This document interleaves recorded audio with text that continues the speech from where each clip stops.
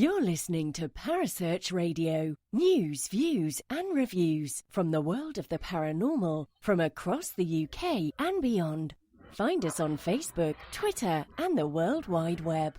The views and opinions expressed by presenters and guests are their own and do not necessarily reflect the official policy or position of Parasearch Radio or their affiliates and sponsors. Listener discretion is advised.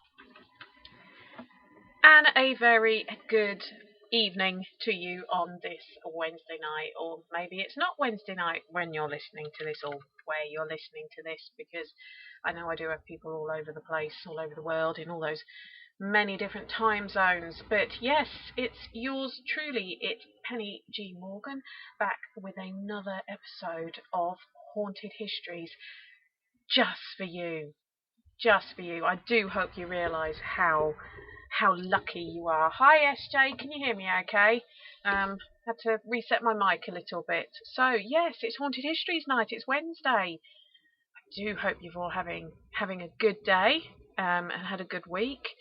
Sorry about last week. I was poorly, a damn stomach lurgy had got to me. Hi Wes, all the way from Canada.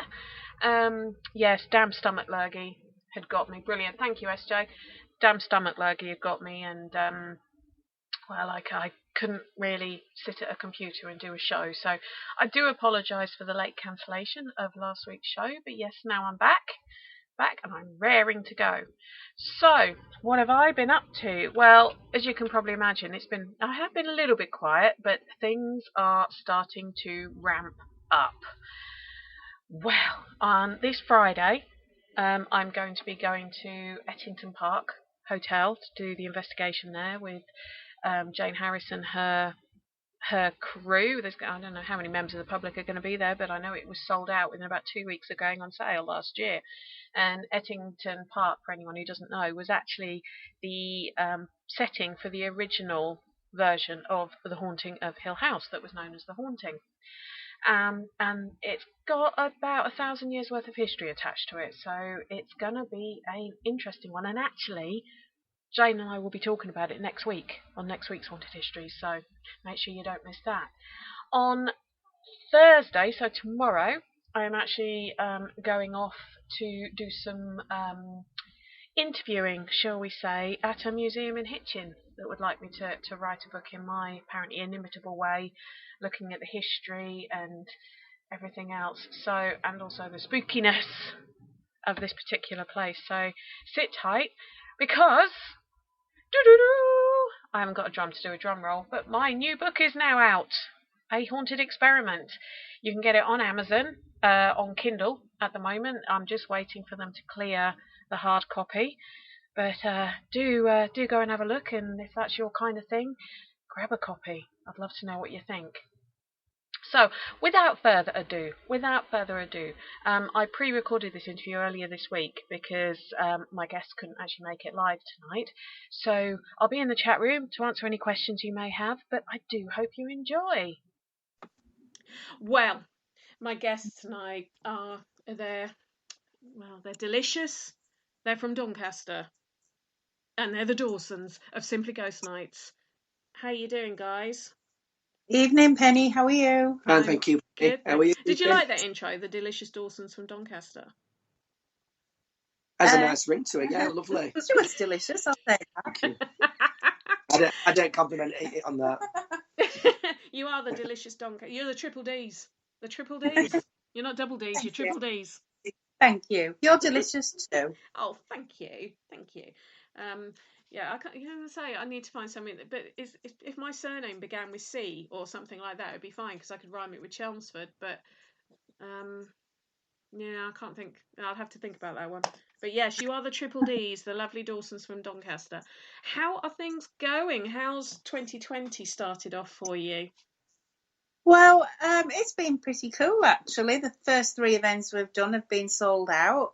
Hey. Event-wise. Health-wise, not the same. We're both full of cold at the moment, so please forgive us if you hear the odd coughing through the interview. Yeah, we kind of we're discussing that off air, weren't we? Because obviously I didn't do my show last week because I was poorly. Then the PS8 show didn't go out on the Thursday night because Sam was poorly, and it's I think that's my show. That's the first time in 3 years I've cancelled it due to illness, and I felt quite bad because it's not like me at all to cancel stuff. Yeah, I just feel like, when we're going out as a team, we're all going out on a weekend and passing it to each other. Yeah. And then as you're recovering from it, or the following week, you catch it again off somebody else. It's just been like that for. It's like a circle. But we'll get through it. We'll be better soon.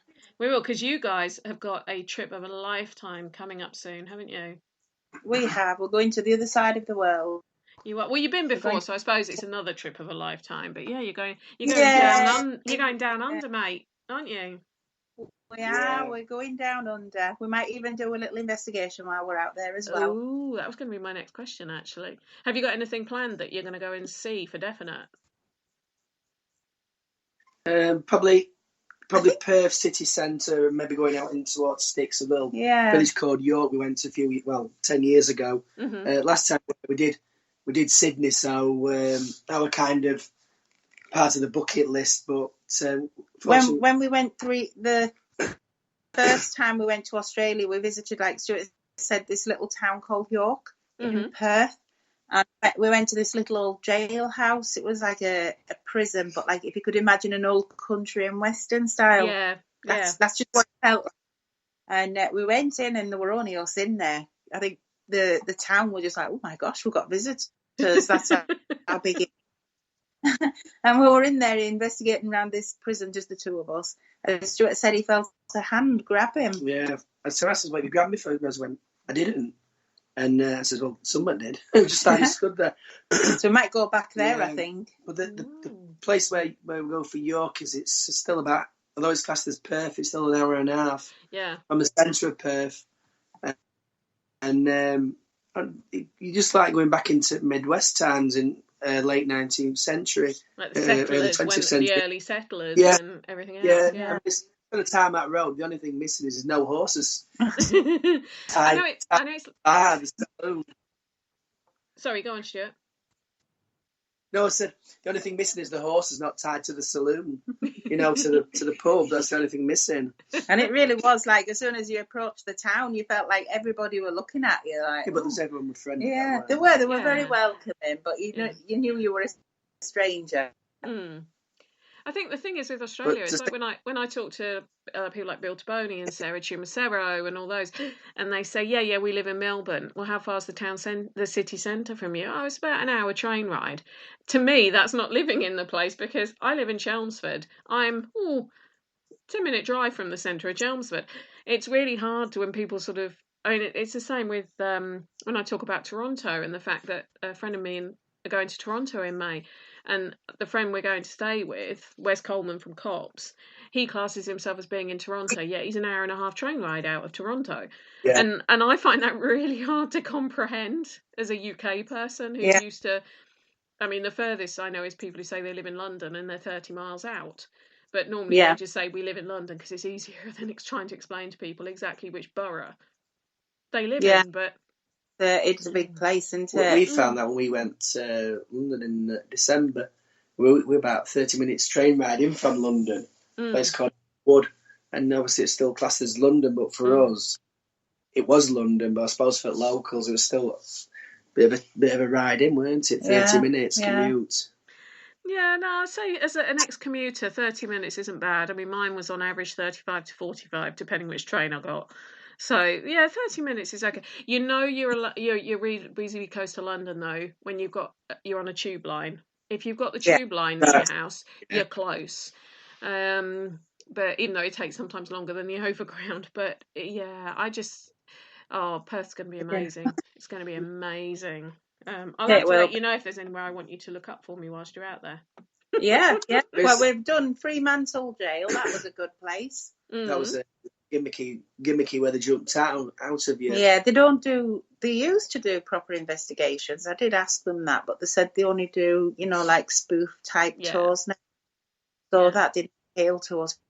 No. But we went because we were out there just to have a look around the place. There was a disused asylum, weren't there? We drove up to there. Yeah. But it was a house now, weren't it? Yeah, someone lived in it. Little building.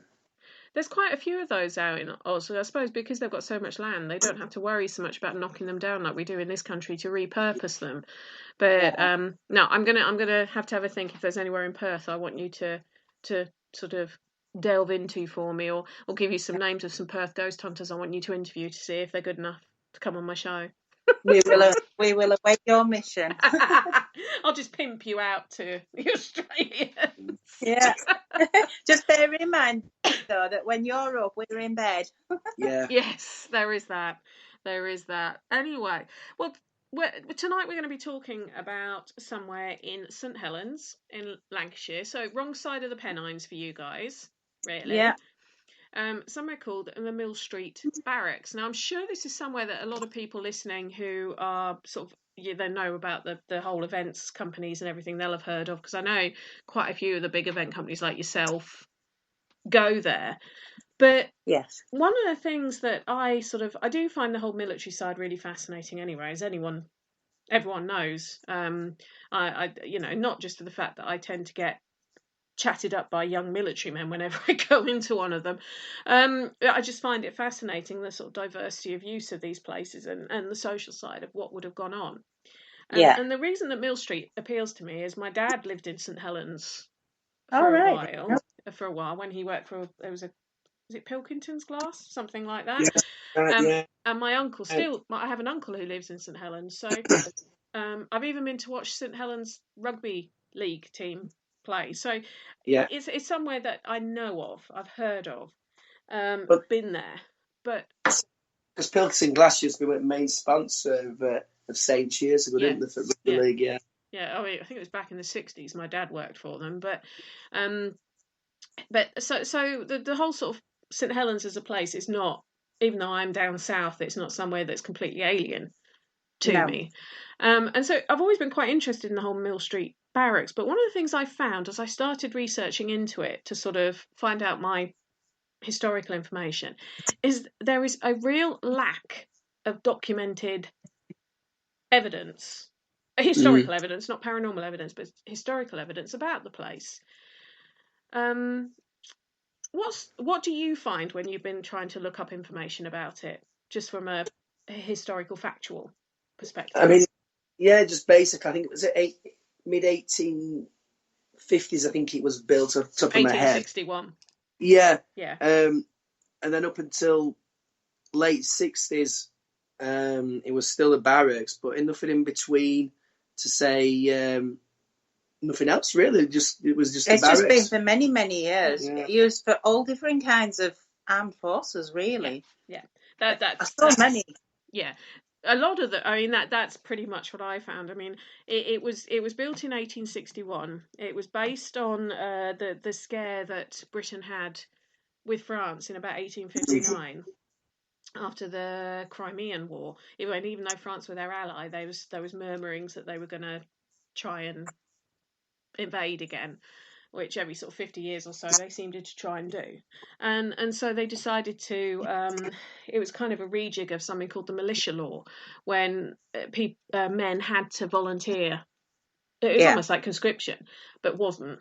And so interestingly enough, in 1861, even though the 47th Lancashire Rifle Volunteer Corps had actually been formed in the February of 1860, it wasn't until 1861 they moved into their barracks at Mill Street, and it was actually a donation by one Lieutenant Colonel Gamble, who he donated the land and everything for them to build these barracks. Right.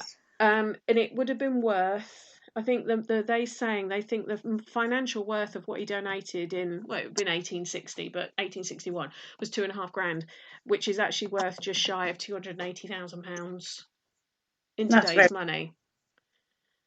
And that was, and interestingly enough, there was an article I found in the Lancashire General Advisor in the May of 1861 that was talking about it. Approval had been granted, they were going to be building in it, and it lists who the designer was, it lists the contractor, and it also said the aim is to have a building that is around 155 feet long, and suitable proportions therein. So that was about the only thing I could find about Well, it sounds like it fits that description. Yeah. Now, the 47th Lancashire Rifle Volunteer Corps, apparently what I also found very, very, very interesting is when there was kind of, back in the late 1700s, when this militia law was first bandied about, they asked for volunteers, and apparently they had more volunteers from Lancashire than they knew what to do with. They had to form so many volunteer corps, or militias, because so many men in Lancashire wanted to volunteer, which I found quite interesting. Like, it was like, why? But I think that might have been to do with the day jobs that they would have had then. I mean, that would have been pre-cotton mills, but they were miners and all that kind of thing. So nothing that was particularly fun, I suppose. Nothing lucrative or interesting, yeah. Yeah.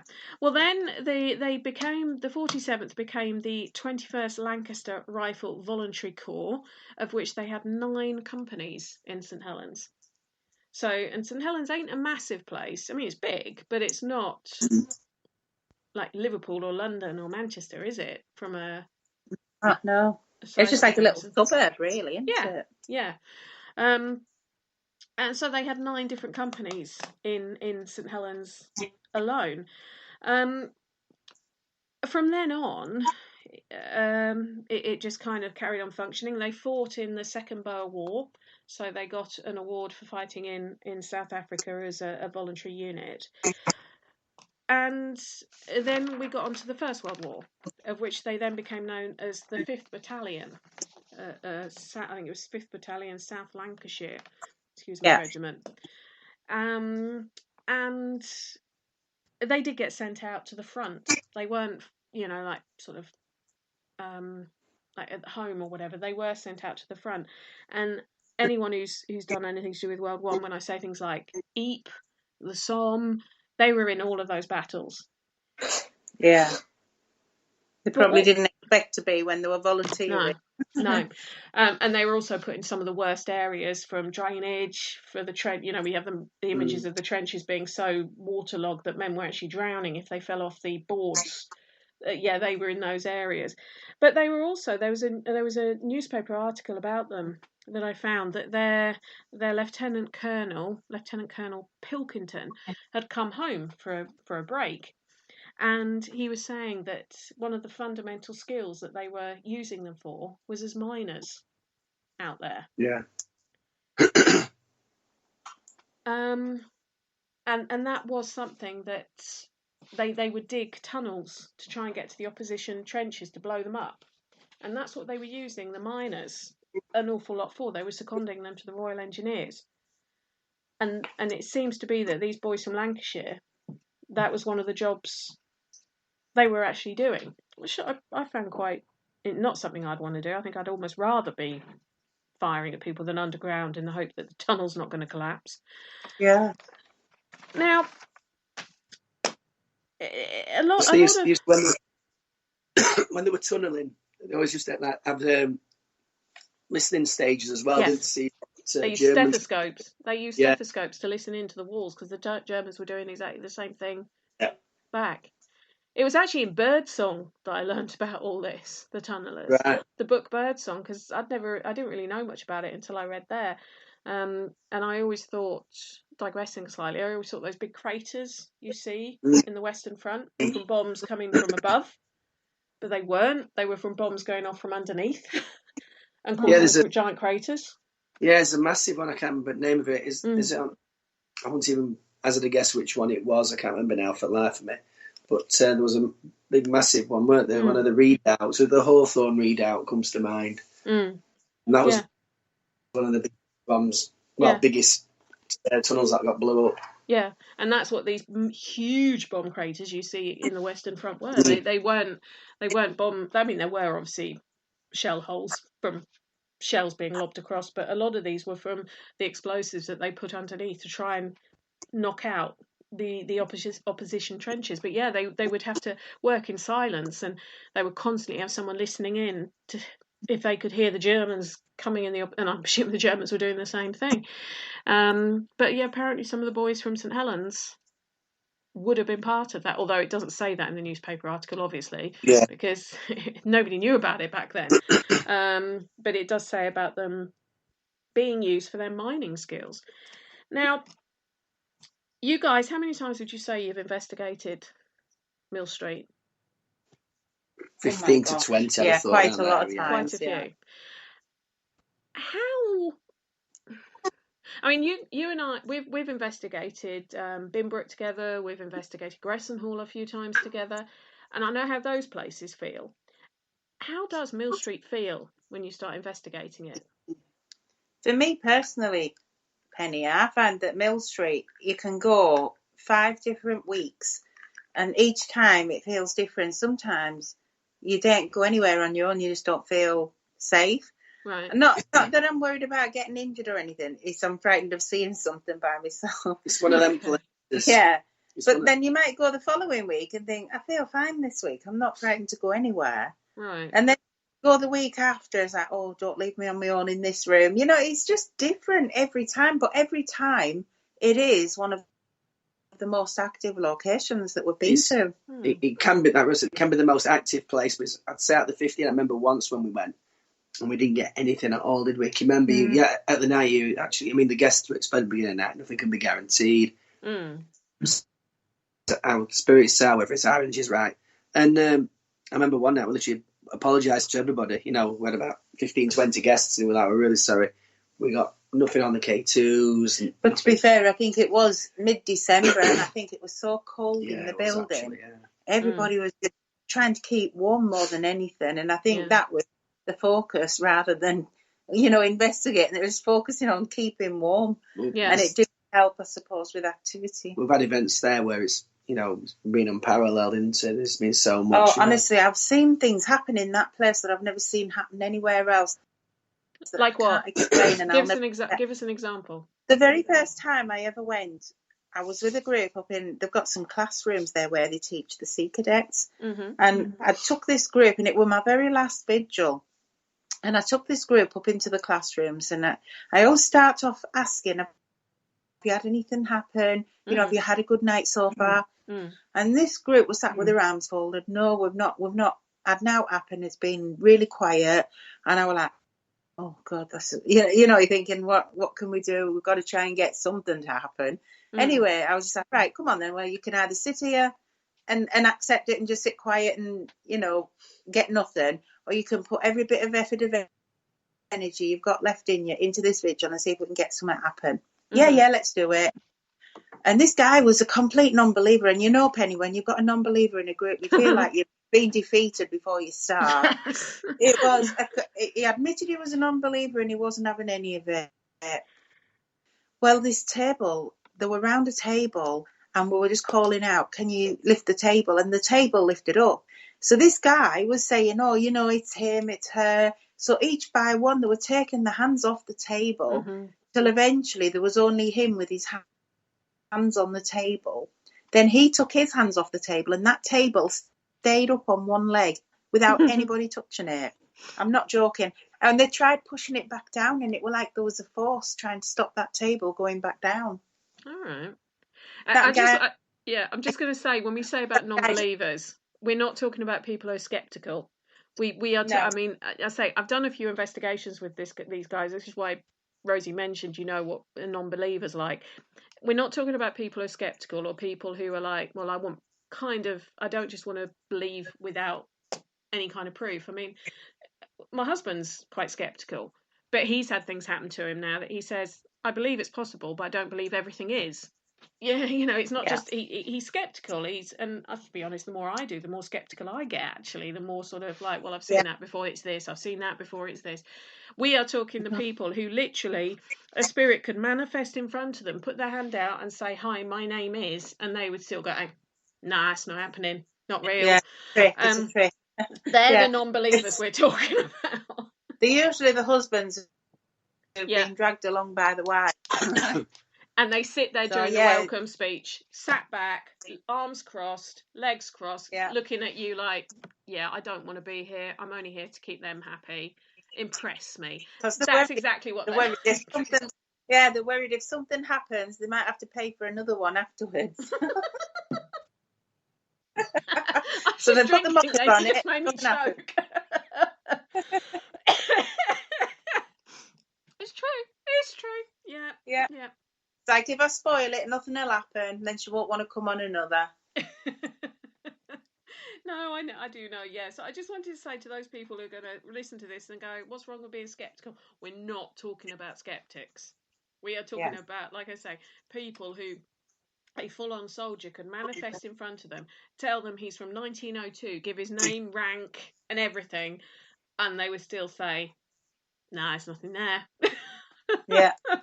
They'd say it was a trick of some sort, wouldn't they?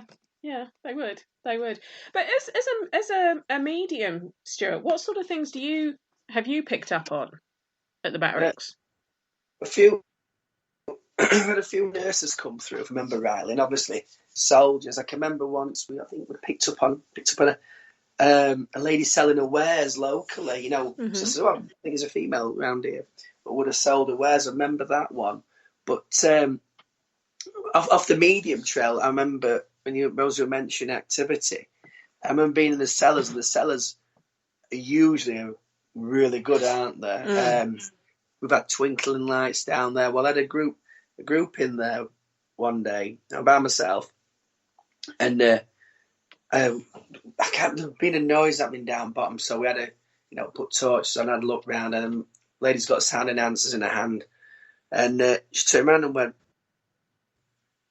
It was pitch black. I mean, it's like shutting your eyes in them cellars. And she turned around and went, "What have you touched me for?" I forgot her name's friend. I think it was Trace. She says, "Trace, what have you touched me for?" And you heard her spin round, and we put the torch on. Tracy was in front of him, about 3 or 4 foot. Nobody was behind this girl. And she said something had touched the coat. We actually heard the coat. It was like a crisp packet coat. We actually heard it. And she said, somebody definitely hit her back. That was one of them. I'm trying to think of the other experiences. It's amazing for spirit box in there. My theory is because it's soldiers and they have that mentality, the war mentality. And all that. Yeah, but that mentality of, just want to have a laugh and a giggle. They've seen some horrible stuff. That's what I mean, and they're used to communicating through radios and such things. Yeah, especially the World War II ones that would have been there. Yeah, but they've got that gallows sense of humour. And I mean, we had the spirit boxing one again in the cellar.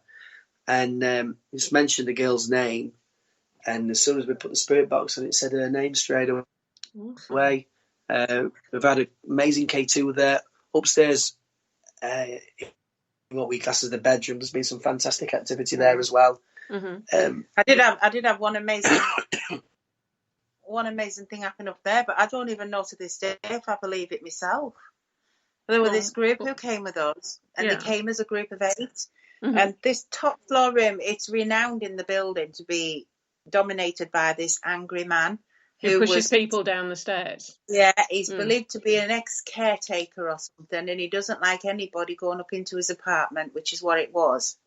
So this group, because his room's quite small, it's just like a little box bedroom, but it was completely empty, apart from what was like a ladder and a bed base stood up against the wall. They were flat against the wall, and there was a pillow on the floor behind it. Now, this group, we let them go in, and we'd put the table in the middle of the room, so they were all stood round the table. And it was me and one of our other team. We were just sat on the staircase directly outside the door because we couldn't actually fit in the room. And they were, we were advising them, just call out, tap on the table, ask them to copy it, see if you can copy a whistle. Next thing I knew, they all come running out the room screaming. And I'm like, what's the matter? I'm like, what the flipping heck? And apparently they said that the pillow that was on the floor behind the table and the ladder had risen up the wall and come over the top of the bed base and landed directly in the middle of the table. Okay. And I'm still to this day, did that really happen? Did it? You know what I mean? As one of them played a trick on each other, but they all swore blind. Even the fellas ran out screaming. Did any of your team see it happen? No, that's the point. We couldn't get in the room Right. But they all swore blind that nobody played any tricks on each other. And, you know, if you were there, it was one of them situations where you actually did believe them. Because sometimes when you get these groups what do play tricks on each other, they laugh about it. Yeah. But these were, I swear to God, it was, we never did that, you know. And I'm like, are you sure none of you could have kicked it or anything? No, none of us. We were all had our hands on the table. Yeah, I'm with you. I'd be a bit skeptical, especially if I didn't have someone who I knew and trusted observe. If one of your guys, like Emma or someone, had seen it happen, I'd be like, yeah, definite. That, you know, but not having seen it with my own eyes, I'd probably sort of be happy for them if they were genuinely scared and that's what they're going for. But I'm with you. I'd be a bit sort of, because it does seem a bit too perfect. Amazing to be true. Yeah. Well, I have seen things happen, so at the same time, I often wonder, it is possible with the stuff I've witnessed there. So yeah. And if you think about it, the energies that might be there. I mean, I didn't do the sort of the death records from their involvement in the Boer War and from World War One.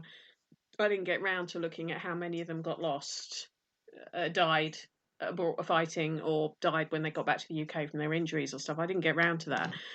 But I would have thought, you know, we're looking at just the sort of statistics of World War One itself. Quite a few of them probably didn't come back. And they would have been youngish men, you know, 20 to 30 years old. So they probably would have had quite a lot of energy as young men. So it wouldn't surprise me if they were going to play tricks on people. It would be quite fantastical tricks if they were able to do so, because that's what young men would do. But it's sometimes some of the things. I mean, you know, the fact that there is meant to be this angry man who pushes people down the stairs. I kind of, maybe that is, but maybe it's more that I always say, I don't always believe these spirits are angry. I think sometimes they're just frustrated that nobody's listening to them. And I know I've said this to you guys before, that how do we not know they're not standing in front of our face screaming at us what they're trying to say, and we can't hear them? So they then get angry, and they sort of, they're not nasty, they're frustrated that for 100 years they've been trying to tell someone something and nobody's listening. I mean, we do say this at the beginning of the night, Penny, because I know a lot of people do this, or there's evil this, and there's you know, demonic that. We always say we don't go in any vigil, any area, you know, with that mentality. We go in wanting to talk to them as if they were your mum, your dad, your nana, your granddad. And I've never ever witnessed anything negative, anything angry. Never ever in all these years. Yeah, I think you and I agree on this. I know we've talked about this before, because one of the things I say when people are scared of a place, because they say, oh, there's a really evil entity there. And there might be. It's always asylums, mental asylums is where people go, oh, there's really evil entities there. And there might be. But I always say, okay, so if these are dead people, how many truly evil people do you know? How many truly evil, nasty, vindictive people do you genuinely know? Probably not that many. Even if they're not friends. I'm not talking just about friends, but people that you know through other people. So why would we assume that everyone who's dead in an asylum or somewhere is going to be an evil, nasty, vindictive, malicious person? And this is what I try and say to people. It's more likely, how would you like it if for 50 years you've been saying to someone, hello, I'm here, woohoo, I'm here, hello, and everyone's walking past you like you don't exist, because to them you don't. You'd be starting to get pretty irate, and it's like, you know what top kids are like. If you don't answer them straight away, it goes from mum, goes to being your coat pulled, you're punched in the leg, or whatever. It's the same principle. So I kind of, I don't think some of these spirits are nasty. I think they're misunderstood. Like I said, I've never met a nasty one yet. You get them through, you know, when people are doing glasswork and that, who'll say things like die and kill, but you know, I still don't. I think they're probably having fun more than anything. They don't actually mean I'm going to kill you, you're going to die, stay home. I think they're just playing the game. You see, I've met one nasty one in all my, and I'm not saying they don't exist, because there are nasty people in the world. There are. So it would track that there's going to be the odd nasty spirit. But there was one at a fort I investigated, and it was weird that all the women who walked past this room in the fort felt like they'd been punched in the solar plexus. And none of us really thought about it, but you could see us all as we're walking past going, as it felt like something had just thumped you, and none of the men felt it. And I was talking to one of the guides, and he went, yeah, it's funny, even during the day, women feel that they've been punched in the solar plexus as they walk past this room. And so when all these other people were doing a vigil somewhere else, I turned around to the team and sort of said, look, do you mind if I go off there and do one in there? Because there's something in there. It doesn't like women, and I want to find out why. And yeah, it's this, whatever it was, he started to affect me. I started shaking, I was sweating, I could smell like sweat and oil. That's the only way I can describe it. And there was a chap in there with me, and he sort of said, I can smell oil. Why can I smell oil in this fort that hasn't been operational for 80 years? And I kind of was goading this spirit in a way, but not. I was more like, why are you so anti-women? Come on, tell me, what is the problem? What have we done to you? And sort of using like K2s and spirit boxes and all that kind of thing, basically came through that he was in the military, and he found out his sweetheart had gone off with another bloke who wasn't military because she didn't like the fact he was away. He hated women as a result of it. Yeah, he painted us all with that brush. Exactly. So he wasn't a nasty person. He'd been treated badly. And I basically pointed out to him, but that's no reason to hate all women. We're not all the same. And then it kind of came through that he sort of, well, women shouldn't be down here. This is a man's area. The women shouldn't be down here. And it was kind of, well, stop punching us, because we're coming down here, whether you like it or not. And last time I spoke to them, they said no one's reported feeling being punched since. So he's still there. I'm pretty sure he's still there because he's doing his job. But he stopped attacking the women. Now, a lot of people would say he was nasty, but he was just upset, and he never had a chance to deal with it. Exactly. If people stopped and actually tried to speak to these spirits instead of, just going in there, goading them because they're angry.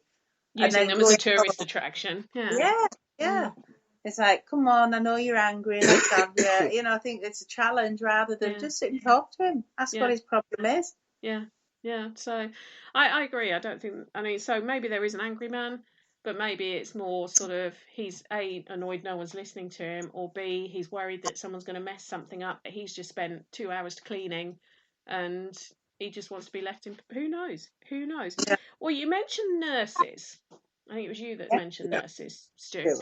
And one of the other things that a lot of people have reported seeing nuns there. I hate to say it, and you can't see it because it's a radio show, but I kind of rolled my eyes a bit when I read that because it's always nuns and monks. Seems to be the stereotype. But I did start to look into, why would there be nuns? Why would there be nuns in a military barracks that's only ever been used as a military barracks? There's no logic. There's no church there. Well, actually, the only thing is, it's near to the Roman Catholic Church, isn't it? Nearby. There's a church right next door to it, actually. Yeah. But there's never been a church on that specific site. It's not been built over a convent or something like that. And I don't think the Catholic Church that's next door was a convent. It's always just been a church, as far as I could tell from the research I did. You might be able to correct me if I'm wrong. Nurses is logical because it was a barracks. It would have had a first aid wing of some sort, and there would have been military nurses or nurses from one of the nearby hospitals helping out, Red Cross, all that kind of thing. What's your take on the nuns? The only thing I could suggest is they possibly visited during times when it were a hospital, maybe. That's the only thing, but excuse me, why a nurse, a spirit nun would visit, I would have no idea. I mean, it could be conjecture. It could be somebody seen the figure of what looked like a nun. It was possibly a nurse. They had the three-sided hats and things like that. So I don't know, Penny. It does surprise me that nuns have been spotted. But again, is it urban legend again? You know how things start. I think I saw, and before you know, it's escalated into unknown, and there is locations that kind of thrive on that kind of thing. There is, yeah. What's your take on it, Rosie? I agree with Stuart. I think someone's seen something, probably a nurse who's mistaken it, because it's very similar costumes in them days, long black robe. Yeah. That's what I think. I mean, I'm not going to call them a liar because I wasn't there. I didn't see it. But nuns, the everything, they're against everything what we do, aren't they? So they're not going to come back as one. I agree with you. I think about the whole sort of the nurses' outfits, especially sort of early 20th century, the sort of the hat that they used to wear with like the long flowing bit on the back could have looked like a wimple. And so they could have been mistaken for that. I think the other possible thing is that when it was first built, it was designed to have a gallery with an organ in it. And this was designed to be used by the women of the soldiers when the soldiers were out drilling. So it meant there would have been women there who were women of the late 1800s with their long, very Victorian dresses, which would have been very subdued type colours. A lot of them might have had the sort of the those hair dresses, the dresses they had, the veil that almost sat in the back of the hair and down to look respectable for their soldier husbands. Yeah. I'm wondering if it's some of those that people have seen. And funnily enough, there is actually 2 galleries in that building. So that's probably where your organ would have been. If anyone listening knows for a fact why there would be nuns there, please do let me know. I would happily mention something on my next show to say what was discovered. Same as the next thing I'm going to mention. But I just can't see any logical reason why nuns would have been there. I mean, even if they were they wouldn't be able to administer last rites. It would have had to have been a priest. No. So unless they were sort of nurses and they were just helping out in a nurse. Possibly. That's the I think it's either nurses or old style Victorian dress is what people have possibly seen. Yeah. I can't think, apart from the fact it is close to a church, but it was a church and not a convent. So interesting. Yeah, it's one of those things that, like we're saying, there's so many places that they say, oh, it's got a ghost of a monk or it's got the ghost of a nun. I mean, one of the famous nun ones is Borley Rectory. Everyone going on about it was a nun who got pregnant by the son of the local squire, and he wouldn't marry her or something, so she died in agony and all that kind of thing. And I did have a look into that, and I can't find any the nearest convent was quite a long way away. And although I found who the squire would have been, and that tracked because apparently he was meant to be a bit of a naughty boy, I can't find any sort of how, because let's be honest, the nuns back in the 1700s when that would have been didn't really travel around. They kind of stayed in their convent and did good in it, and it wouldn't have been that different in the 1800s. So well, let's address so we mentioned the angry man, we mentioned the nurses and nuns. After the First World War, a lot of the reports you read of Mill Street says it kind of changed its purpose and became a TB hospital. Yeah. Now, I've said that without rolling my eyes, which is quite hard. Yeah, I'm rolling my eyes. Oh, okay. Yeah, I'm like you. We've not seen any evidence. We've looked on Google. All you see on Google, evidence-wise, is local historians doing their little bit, but there's not actually, like you've said, anything documented to say that was actually true. No. So I wonder if it's just something to add a little bit more meat to the bone of the place. I don't know. I mean, I have made it my mission to do a Mike Cavell and keep looking at this one because it's bugged me, because I've seen so many people report it as fact, yet they don't quote any sources. And I like to, I mean, it's like the fact that I quoted the newspaper article that talks about the building of the place. You can always quote sources rather than saying it's folklore. There will be something. If that was an official TB hospital, there will be something. And the fact it would have been one in the 1900s, it would have been in the newspapers. it would have been, something would have been listed about it. Everything to do with TB, if I look at TB in St Helens in the early 20th century, it all comes down to a place called Eccleston Hall, which was I think it's now an old people's home actually, but it was a TB sanitarium. The other place they mention is Wiston Hospital, which apparently was the infirmary wing of the old workhouse. That was converted into a hospital, as a lot of old workhouses were, as you know. And they're the only places it mentions. I cannot find anything. And there was a borough sanitarium that was also a fever hospital and an isolation hospital, but it certainly wasn't the Barracks. And the other thing that doesn't make sense to me, and again, if anyone is listening to this and wants to argue this with me, please do, because I really want to learn more about this, because it does not make sense to me. Even though it's a reasonable size building, it's not massive. It's not sort of massive to the point where you've got one building that's set 500 feet away from the next one, is it? It's all one big building, is that correct? Yes, that's correct. Yeah. One big. Now, with TB being as infectious as it was until they worked out how to deal with it in sort of the 1950s, really, they didn't want anyone with TB being near other people because they wanted to isolate them. Why would they put people with TB in a barracks full of healthy fighting men? Yeah, I agree. And not to mention, it's surrounded by houses, businesses. It's not rural. No. Putting them right in the heart of the town centre, you just wouldn't do it, would you? And the way they used to treat TB, the sort of first half of the last century, was they had the fresh air theory, which is why a lot of people would be sent off a lot of the sanitariums were in the countryside, because then the air was purer, and they felt because it was in effect a lung condition, by absorbing pure air and sunlight, that would heal you. And because they didn't realise the infection side of it, even though a lot of people with TB came from the sort of the industrial built up areas, they didn't realise.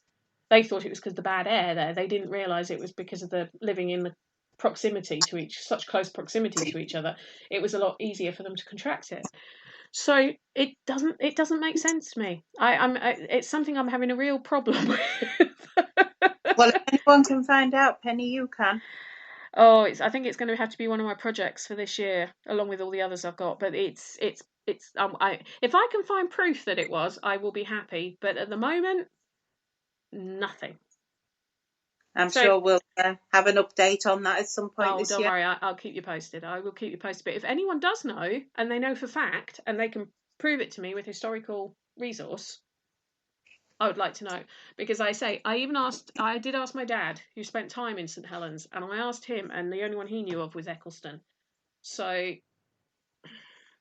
it's a conundrum, that one. It is a conundrum. Yeah. So we'll outrule that for now. Then we'll put a question mark next to it. Yeah. Now, then Bruce, again, you look at World War One, and they say that the cellars were used as a morgue. World War Two, that was. World War Two, apparently the cellars World were War used Two. as a morgue. Sorry, yes, my bad. That's all right. Yeah, World War Two. The cellars were used as a morgue. Possible. Once again, it's very possible. You'd have to be an emergency morgue though, wouldn't it? Yeah, I imagine it would have been, because it's not the easiest cellar to get into for a start. I can see possibly in World War II, right, I'm thinking about this. I know we talked about this a little bit before we started recording. Again, I found no evidence of it being a designated morgue in the newspapers or anything like that. Also, even though St Helens was bombed, it wasn't heavily bombed compared to places like Liverpool and Coventry and Manchester and all those kind of centres. So their need for massive makeshift morgues wouldn't have been as high as some places. However, I do know that a lot of places, if they had cellars, they were used at times as emergency morgues because of the fact it was cool down there, and the bodies wouldn't decompose as fast.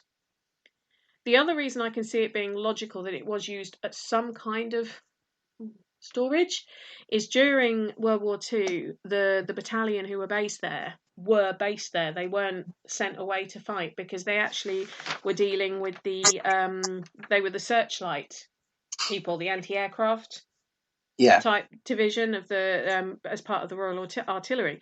So they would have actually been based there, albeit covering the searchlights and the anti-aircraft side of things, probably for sort of South Lancashire. So I can see that if you've got loads and loads of men who can help clear bodies away from places, it would be logical that that's where they take them. However, they were also living there themselves, and I can't see many of them would have been that happy at sharing their building with loads of dead bodies lying on the floor, personally. No. So I do wonder if that's another folklore, but I mean, that possibly would be at the National Archives as well in the World War II records, but again, I mean, it's quite possible it might have just been a one-off, one soldier's been killed, we'll put him down in the cellar till someone comes and picks him up. That's right, Then the story's begun, the views to the smoke. I've got a good idea where I would want to look to find out some of the background to it, but it's not stuff that's digitised, so it would have to be the Records Office or the National Archives. But that is another one I'm going to sort of dig into a bit, because it's another one that I hear it so many times about places. Oh, it was a morgue. Oh, it was a funeral home. Blah blah blah. Well, probably not. And most of these terraces where people say, oh yeah, it was used as a funeral home. No, it's probably more likely that somebody died, and the trend was to lay them out in the front room in the coffin, so people could come and. Doesn't mean it's a funeral home. Any building that's more than 100 years old has had dead bodies in it at some point or another, because of just the way social sort of life was. But that is something else. So so in World War II, the battalion who were based there were all to do with anti-aircraft and the searchlights, and very important job, especially in that part of the world where you did have Liverpool nearby, and you had the docks, and you obviously had Manchester, and some quite important places. And Liverpool was hit, as we know, really, really badly. What about Bruce? Bruce, the three-legged dog. The three-legged dog. Yeah. Never seen him. I can't say I've never had an experience with Bruce the dog. Sadly. Is it urban legend? Somebody's seen it. Somebody we've never seen or come across him. Yeah, I really would like to see him. Don't get me wrong. Well, you're dog people. You'd think if he was going to come out to anyone, he'd come out to you too. He'd come out sniffing us with the smell of our dogs, wouldn't he? The dog smell. And we placed balls all around for him, but they never, he never goes and plays with the balls or anything. I do want to know how people know his name's Bruce, because unless he's able to communicate with them, an incredible dog, he says his name's Bruce. So that is one of the the other one I have heard about, who possibly he's meant to be a bit of a ladies' man. He likes to frequent the upper levels, called Old Jack. Jack, yeah. Now, this one, I could have possibly had him a few encounters with Old Jack. It's always in the main hall, the main drill hall. Mm-hmm. And as soon as we start, we'll maybe start playing some old Vera Lynn music or something. Mm-hmm. And the table tends to dance around the room, especially if you've got lady vigils, old girl groups. Honestly, they all love doing old music in that hall, because the table tends to just take a mind of its own. And, I often wonder, is this Old Jack? Because everything you read about him says he does like the women. Yeah, that's what I read, that he tends to make himself known to the women who go there as opposed to the men. Because he's so well known. And, guests, they have this nasty habit. They'll read all the history before they turn up. So, of course, they're going in there calling out for Old Jack. They're not... You should start off just calling out for anybody and see who you get. I talk about this in my new book, talking about the Philip experiment. Similar thing, that the whole point of that is, were you able to conjure up a spirit? And the way I say it is, if you're calling for a name, it's like sometimes I get called Jenny or Peggy. I know people mean Penny, and I don't always not answer. I normally say, yeah, it's me, actually it's Penny. But I still answer because I know who they mean to be. So how do we not know them calling for Old Jack? It's actually, I don't know, James is coming through. Well, John, yeah. But he's like, oh, that's close enough. I'll come through. I'll pretend I'm Jack again for them. Just keep them happy. There's like, if you could have 3 soldiers there, 3 very handsome soldiers, and they're sitting there going, is it you, Jack? Come on, Jack, do this, Jack. Yeah. Please, Jack. You know, like, have you ever considered it might not be Jack? It might be somebody else. It might have never been Jack. It might have never been Jack. Jack may not exist. Jack might have come through once, and for some reason someone's picked up on that name, and that's what they've started calling. Yeah, I and this is one of the criticisms people have of me, because I go into these places knowing quite a bit about them. Yeah. But I try to use what I know as a trigger as opposed to fact. Yeah. So you see, we have this a bit of a, you know, we don't know what to do for the best ourselves, because there's times we used to read the history and a bit of ghost stories, but then people used to say, oh, I didn't want to know, you know, and then you've got the people who are calling out for the names that you've given them or the ghosts that you've told them about. And then we went through a phase of not telling them anything, and then you get people who, oh, well, I wanted to know. You can't get it just right. Just give a little brief history, but the thing is, with somewhere like Mill Street Barracks, and I suppose a lot of places, is the amount of spirits have worked and lived there. I mean, I couldn't hesitate. You couldn't even guess how many soldiers have been there, regimented there. And it's just, you know, like they're calling out for Jack. But what about your Bernards, your Charlies, your Davids, and the rest of them all want to come through and communicate? Yeah. I'm obviously, being a historian, I like to know the history of a place, but I've rarely, unless it's one I've looked up for the show, I rarely look up the ghost stories if I'm going to investigate for the first time. Because I will look up the history, but I don't tend to, as you saw when I did the little history talk to Gresson Hall not so long ago, I don't tend to give the names. I give like the dates. I might give what it would have been like. I might give, like, well, I think I said, was it World War One? It was used for as a POW camp for a short while, all that kind of thing. But you find that these guests, they'll do their own Google history before they come, because they want to know. Yeah. And then other people don't want to know.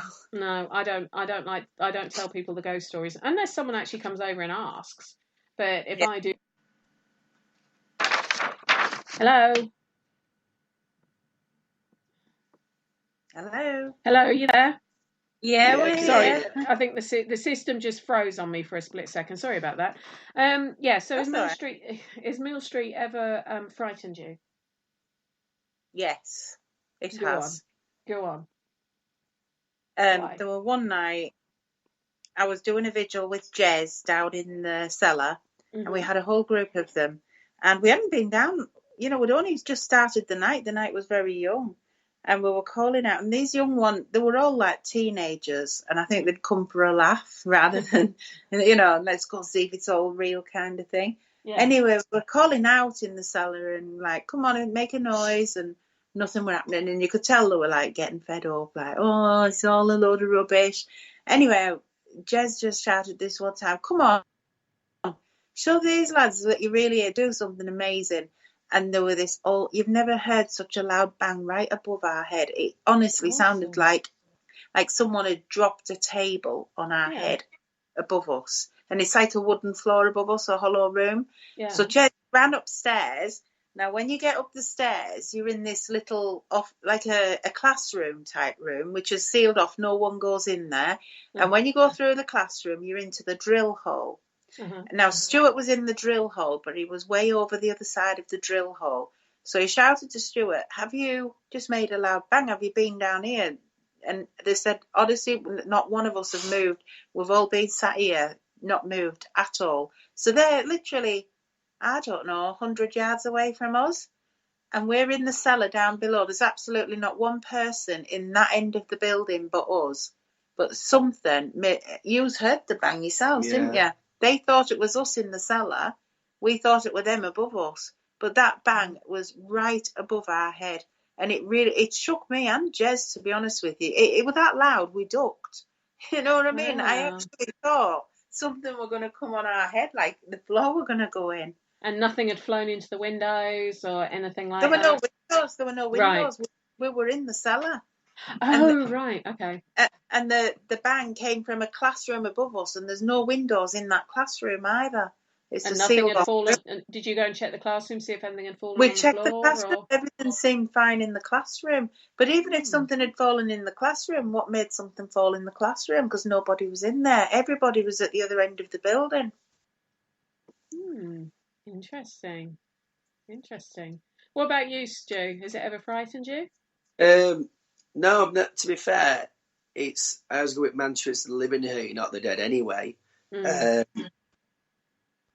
And the few I can tell you, Penny, he did poop his pants one night. Right. There was the biggest spider ever. Oh God, yeah. Yes. Yeah, it was like a tarantula. I don't do spiders. I don't do mice. And I'll come back to my story in a bit. Crikey, it was like a tarantula. And we didn't have many guests. So Pretty sure they don't have tarantulas in Lancashire. it was big as. I mean, I thought, well, I'll get a glass under and a piece of paper, but it was bigger than the glass. The circumference of his body was bigger than a glass, so I thought, no, I'll leave that. So I went back downstairs. I was back to mine. We'd just finished the event, and we were having a coffee before we're going. And I just said to her, I says, I've just seen a mouse over there. She said, sure, I've just seen something moving over there. And they're like, oh, no, you're being stupid. I went, no, I think I've seen a mouse. So, well, I'm just about to get ready to go and leave. So I was having a coffee before we go. And Rose went jokingly, oh, yeah, there's a mouse in the kitchen, look. And we looked, there was a mouse on the back kitchen door. Didn't go into the kitchen. And it went straight back outside because one of the doors, there's fields nearby, so it must have been a field mouse coming in for a bit of warmth. But, the spider incident, I don't do spiders. Yeah, he did poop his pants that night. I did, yeah. Well, if you don't like spiders, can I suggest you never, ever go to Fort Horsted in Kent? There is a room in Fort Horsted in Kent that is known as the spider room. There are so many spiders nesting because of the climate in this fort and everything, and because it's cement or something to do with that. That is actually known for these spiders are protected because they're so special, and they are big spiders. They're actually really beautiful. I've never seen them anything like it, but I know when I was there, I think it was with Fright Nights London, there was people who they refused to go in this room because of the spiders, and we used to have a bush inside garden, and that used to have the most amazing spiders. They were like crabs. Crab body, remember? Crab shell on the back. A crab shell on the back with like a red cross. Yeah. I don't particularly want them in my house, especially those big mutant ones like you're talking about. But when I'm in their domain, and at the fort, there was what I remember when I was there. There was one woman; she would not walk past this spider on the ceiling. It was nowhere near her. It wasn't a jumping, bird-eating, whatever spider. It was minding its own business. I had to actually push her to one side and go through it for her, so that if it fell onto me because she was so scared. I agree with you. Every spider's a bird a man eater. So you've had a successful 2020. You've sold out everything so far. What have you got coming up before you go down under? Next week we're at Thorn Workhouse. It's his return. It's his third or fourth time there. That's near Doncaster. Yeah. And we were the first company in there many years ago, weren't we? And then after that we've got Strelly Hall in Nottingham. Yeah. Mm-hmm. And then Gainsborough Old Nick. Yeah. Which again we started going there back in about 10, 11 years ago, and we've not gone there for 3 years, so it's like an old police station. Yeah, it's been nice to go back. In Gisborough? Yeah, in Gainsborough. Yeah. Oh, Gainsborough. I thought you said Gisborough. Right. No, Gainsborough. Which is it's about 30, 40 minutes from Doncaster. Yeah, so 3 more events, Penny, that we're off. And then we fly back on Thursday the 13th. No, 12th. Thursday the 12th. And on the Friday the 13th, we're off to Wasdale for the whole weekend. Basically, my gosh. We basically land, drive back to Doncaster, then go back. That'll be a harsh reality from the sun to the snow, probably. Wow. Yeah, you're going to need quite a few Red Bulls to get through that then, probably. Yes, probably. Luckily, we could just sleep all day. Nothing else to do. And tickets are still available to all these? They just go onto your webpage? Thorns sold out. Gainsborough's sold out. Gainsborough's sold out. So at the moment, there's only Strelly got places. I'd say he's limited. Wow. Good for you guys. Good Thank for you very much.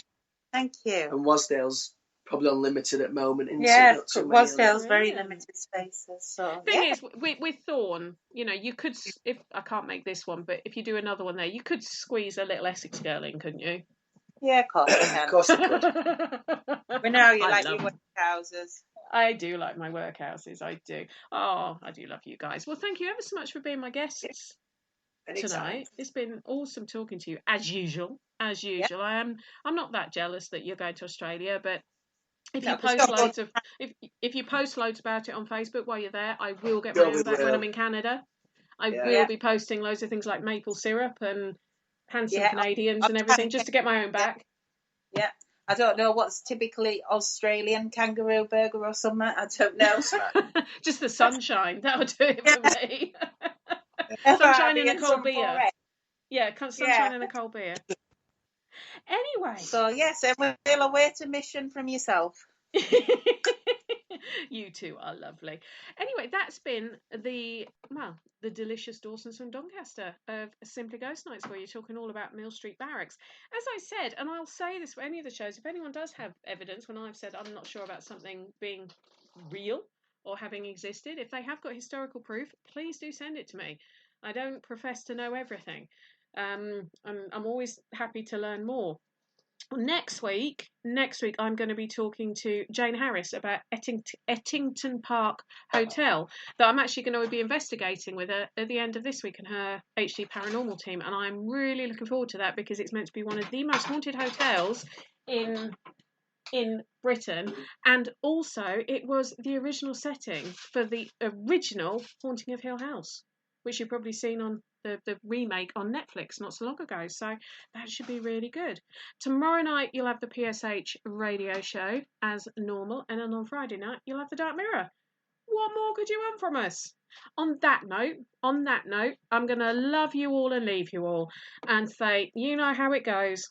Have a good evening, sleep tight, and don't worry too much about things that go bump in the night. Thank you for listening. Don't forget to join us for more shows throughout the week. Find us on Facebook, Twitter, and the World Wide Web to keep up to date with all the shows right here on Parasearch Radio.